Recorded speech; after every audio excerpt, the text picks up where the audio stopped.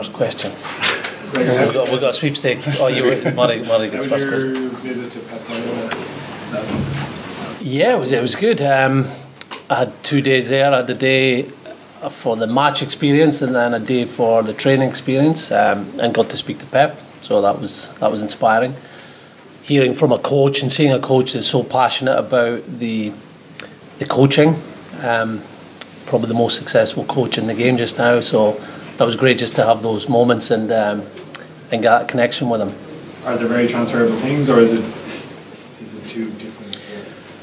You always pick up things that you could use specifically when you visit an organisation, a sporting organisation that's very successful, and it could be the flow of the facility, what they're doing in training. There were definitely transferable messages that he likes to give to his players about off-the-ball effort, which are very important for us as a rugby team.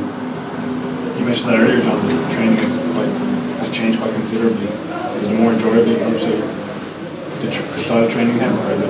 It's the best. Paid him to say that. Look, it's different. It's stressful at the time. I think for me it was different. So it took maybe a couple of weeks to get used to when Gregor first took over. And maybe the Glasgow guys were a bit more used to it. But it's just that dynamic of constantly changing the scenarios, lots of different drills to ask different questions.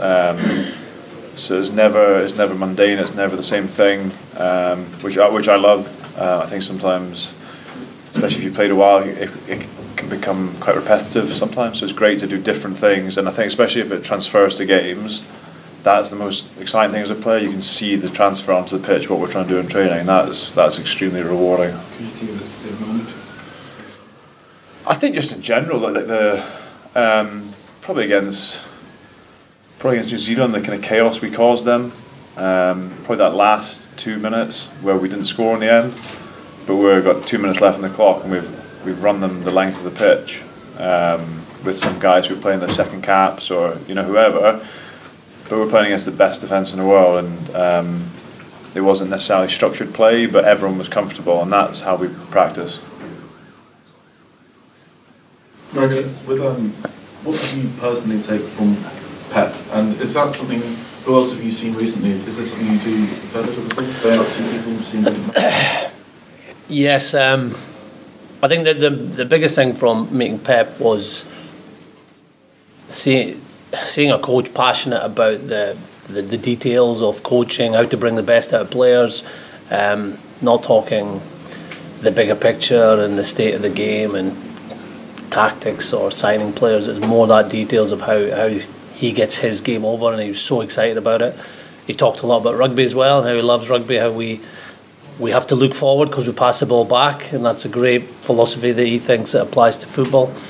As a coaching group, we encourage each other to learn from different sources. I've been fortunate that I've managed to get to meet people like Pep and get to great organisations. Another one that was very relevant for me, going into an international coaching job, was meeting former international coaches like Stuart Lancaster, Frank Haddon, Ian McGeechan, Jim Telfer, people that I look up to, and just getting their thoughts on the game in general and when they were coaching at international level. Has Pep declared who he's going to be sporting in the Six Nations? No, but he did get a signed Scotland jersey, so he was pleased with that. So let's hope he's got one eye in Scotland. 1999 was the last time Scotland lifted this title. That was obviously the Five Nations. You sick of hearing that stat? No, it doesn't happen very often, so it's quite good. Yeah, no one's going to take that away from us, winning the last ever Five Nations. Look, it shows what a tough competition it is. It shows that other teams have came through and played really well. The last three winners over the last 6 years have been Wales, Ireland and England. They probably weren't the teams that were dominating when I played in the 90s. England and France tended to be the best two teams, and whoever came through, sneaked through in third, sometimes got a chance of winning. But now you've got five teams really, if we're in that mix, about three teams that have dominated France with the amount of players they have, and and the guys who did really well last year, winning 3 games and improving over the last few months. It is a very competitive and high quality tournament. Is this about as upbeat as an outlook that Scotland has had? You know, a lot of people are tipping you as outside people to lift this tournament. Probably. It was a very good year for us, 2017. The 3 wins in the Six Nations, followed by a win over Australia in the summer, and then a win over Australia in November, coupled with a very good performance against New Zealand. It was a good year. There's been a lot of optimism created throughout our game at national level, but also at other levels. Our Sevens team won a second World Series. Our under-20s finished 5th in the World Cup, and our pro teams have played very good rugby and are very well coached. So yeah, it was a really good year to generate that optimism, that buzz for the game. We sold out three games at BT Murrayfield in November, but now we're into 2018. We've got to build on that and look to get better.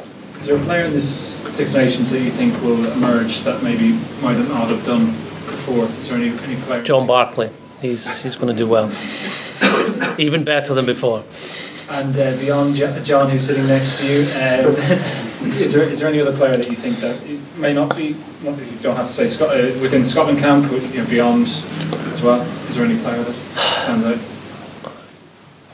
I can't think of anybody just now. I love watching some of the players in France. I started watching more French rugby this year. I hadn't watched it as much when coaching Glasgow, and there's some brilliant individuals that come through their teams there, and they've been showing in the Champions Cup how well they can play. So obviously we've got one eye on the French game because it's our second game, and they will be very dangerous because they've got some brilliant individual players that I'm not going to name. Gregor, you got Wales up first. What are you expecting from that trip to Cardiff? A really good game. That's your classic Six Nations game for us, playing a big rival away from home. We'll have lots of supporters going down. Maybe not as many as the Welsh supporters that come up to Edinburgh every second year, but it'll be a great atmosphere, one of the best venues to play at, the Principality. Wales have always had, in my opinion, the best defence over the last few years. Well organised, aggressive, big men that like to tackle. I know they're the best, or they were up there with the best tackle stats in November, so they've still got that. They're now passing the ball more than any other team in World Rugby based on November stats. So it should be an exciting game. An excellent defence, experienced players that are playing well, especially the guys that are playing the Scarlets, and an evolving attack that's looking to ask more questions of the defence. John, did you have any battle with the Scarlets boys as you left camp? Come to Scotland? Yeah, there was a little bit. You have a word for James Davis after his first call up? Yeah, look, I said to him, I texted him last night, actually just asking how it was going, see if I get some insight into camp. I just said to him when he got called up, like everyone was really happy for him, really chuffed for him. He's a popular member of our team down there, and I hope he gets a game. I don't necessarily hope that's against us because I know how good a player he is. But yeah, look, I think that's one of the great things about rugby is being able to play against some of your mates. Last year was great for me personally. It was my first game as captain, and to get one over on some of my mates and to get that win, which was a massive game for us. So look, I imagine they'd be pretty annoyed about last year's game and about the championship last year and where they finished. So like Gregor says, it would be a very big challenge going into the first game of the Six Nations down at the Principality. Gregor, you mentioned that first away fixture, and I think other than Italy, it's been 8 years since you've won away from Murrayfield. Obviously, how do you change that? And I guess that starts in Cardiff. Yeah, it'll be difficult. Would obviously like to change that this year because we've got 3 away games. I think last year showed how difficult it is to win away from home. There was only 1 win away from home apart from the games in Italy, and that was England winning in the last 2 minutes against Wales. So it shows the quality of teams. We'll have to play better than we did in November. We've created confidence by our performances. The players are obviously realise what it takes to win games, but we need to step up at another level away from home. You mentioned November. I think most people thought that you had a pretty successful November. What have been the work-ons for the team since that tournament into the Six Nations? To do things faster, to improve our skills, to defend better, to create quicker ball. All of it. There's a base to everybody's performance. So you'll ask every coach, and obviously defence, creating quick ball, skill execution are going to be the key ones, and that's what we're working on in training. From an international coach's point of view, it would be great if we could have had the guys in camp from November all the way through to now, but they go back to the clubs. Fortunately, some of the guys are playing really good rugby at their clubs, which makes life much easier for us when they come back. But we're all the same. We're all started this week on Monday, and we've got 2 weeks to prepare our team to be better than we were in November. John, how nice is it to be part of the conversation, Gregor touched on it before, of actually competing at the top end of this table, rather than people thinking that they know what they're going to get from a Scotland side coming into this great tournament? It's nice, but we're not competing at the top. We are. We've not played a game, so it's look, it's flattering, I guess. It's nice that people are saying these things, but I've said it a number of times today that Ireland didn't lose a game in the autumn. England didn't lose a game in the autumn. England have lost one game in the last 2 years. Wales' record in Six Nations. Look at French rugby in the Champions Cup. So I'm not naive enough to think just because we're going well, that's the challenge of the Six Nations. That's how hard it is. So it's fantastic that we had a good year last year, and that provides a great template for us and a great base to launch off in the Six Nations. But ultimately, we have to train well, have to prepare well, and we have to start and know how hard the competition is, because it is brutal. I don't think there's ever been a time where the Six Nations has been such good health in terms of Northern Hemisphere rugby. Australia obviously lost to us. South Africa lost to Wales. South Africa lost to Ireland. So the Northern Hemisphere teams are playing better than ever before, which makes that challenge even tougher for us. John, Don Bigger going to miss the first 3 rounds. So, Rhys Patchell's very much in the frame, but you've played with him a couple of years now. What do you see the strengths he brings and things you'd have to be wary of if he does get the 10 jersey next week? Look, I think he's playing in a team that's playing a good brand of rugby. He's confident the way he's playing at the moment. You can see that in his performances. He's playing 10 or 15. I think against Bath, you can see he's been shifted to 15 late in the week, and he's still throwing. He's throwing flat balls at the line to put people in space. He's throwing offloads out the back door, and that's a sign of a player I think that's feeling good, that's playing good. I spoke to Patch the night before the game, and I was asked to speak to him about Wales, and he wasn't too hopeful about getting called up and stuff. I said, I think you're playing well enough, and maybe opportunity is going to present itself. So look, I know how good a player he is. He's got all the skills. He's playing in a good team, and potentially he's going to line up with a lot of his Scarlets teammates. So he'll be confident if he plays. John, were you tasked by Gregor to get some inside secrets from the Wales camp? Obviously, with you having an ear in the Scarlets dressing room and some teammates there. Wasn't tasked, but encouraged. Yeah. I mean, I know the guys. I play with them. I know a little bit about them. So that can be a good thing and a bad thing. But the footage is there to watch them as much as you want anyway. So that's as much analysis is there. If you want information, you can look at it. But I guess I can give an insight into their mindsets. But again, that's only my opinion. I don't know if that's accurate. Gregor, sorry, you were saying earlier that it's incredibly hard to win away games in this championship. Why do you think that is specifically, given the pitches are great, the refs are neutral, you've got technology? Why does it still make such a difference away from home? I believe it's because there's not that much between the teams, and if there's not much difference between the teams, then you do get a slight advantage playing at home. You got these are big crowds we play in front of, 60, 70,000, and if they're giving you the energy, it gives you a boost at certain times. You got the familiarity of being in your home that week, not having to travel. So they're slight advantages. They're only usually seen when there isn't that much difference between the teams. But I'm sure every team this year will be looking to do better away from home to make sure that they quiet the crowd, that they can play their game like they can at home. Gregor, one of the players that's been arguably most impressive for Scotland's setup this year has been George Horn. How close was he to him as well? Yeah, he's been in great form, and it was really encouraging to see him play well in such a big game against Exeter and starting that game. So he's improved game to game.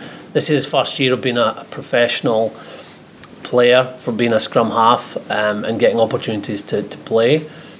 And he's only been a scrum half for a couple of years, so we've been really impressed by how much he's came on this year, on his basics, his understanding that a lot of his job is to facilitate those around him.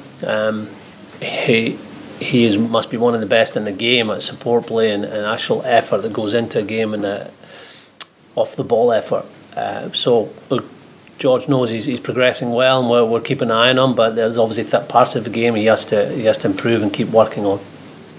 Gregor, what would mean more, the 1999 Five Nations when you won, or to lead Scotland to the Six Nations in 2018? Well, six is bigger than five, so Six Nations would be more impressive.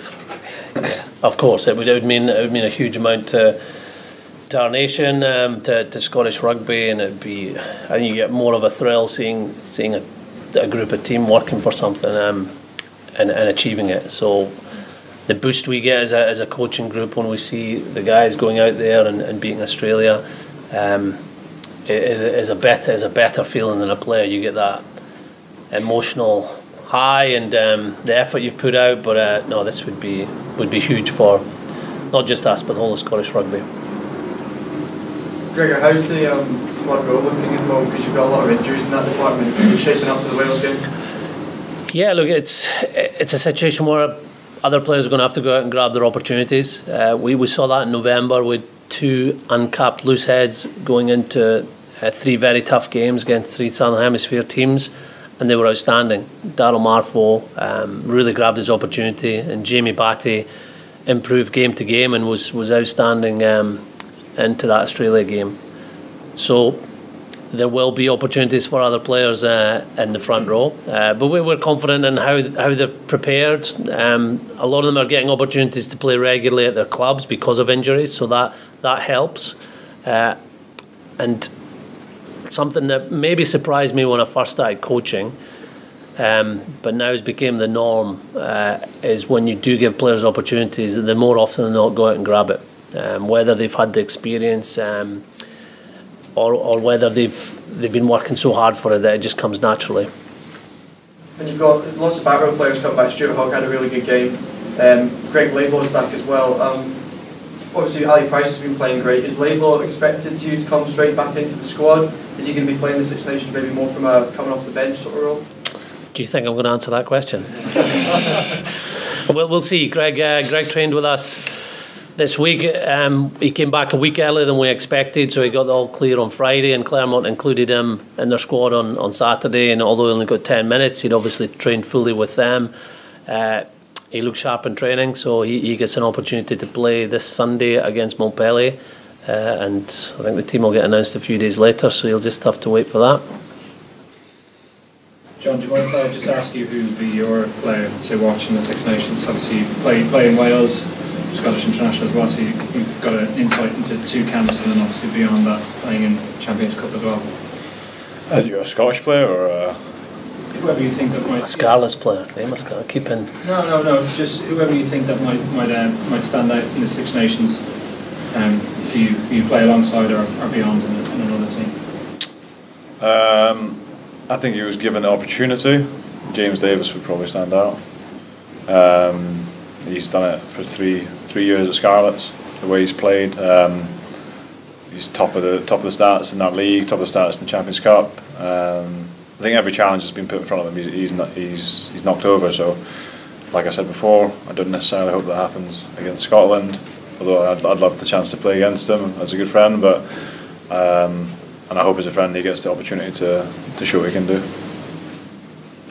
Just going back to Manchester City slightly, they've lost 1 league game this season. England have lost 1 game in 2 years. Is this nice link? I like it. See where I'm going now. It's the scale of playing England, bear in mind, as people have been saying about the money they've got behind them, the players they've got available, is it equivalent to, because of the headlines, a team like Manchester City have got? Is that what have you learned about that, and is the scale the same? Well, they're obviously the best team in the Northern Hemisphere just now. We have some memories of a pretty tough loss a year ago, so we know how difficult it'll be to play them. But look, they're round 3. We've got 2 very tough games before that: Wales away and France at BT Murrayfield. But all the teams we're going to play this year are going to be tough challenges. Unlucky you didn't get your link. I think we've got time for just one last question. Okay. How much rugby are you watching, Gregor? Watching a lot of training. That's the one benefit of being an international coach. You get to meet more people. You got days where you're planning. Obviously, watch a lot of rugby. We have a number of players we continually watch. 30% of our squad play outside of Scotland. So within that, you watch their games, but you get to see what the opposition are doing, what their teams are doing. So it gives you ideas. But I'd much prefer to be extend the international season between November and February would be nice.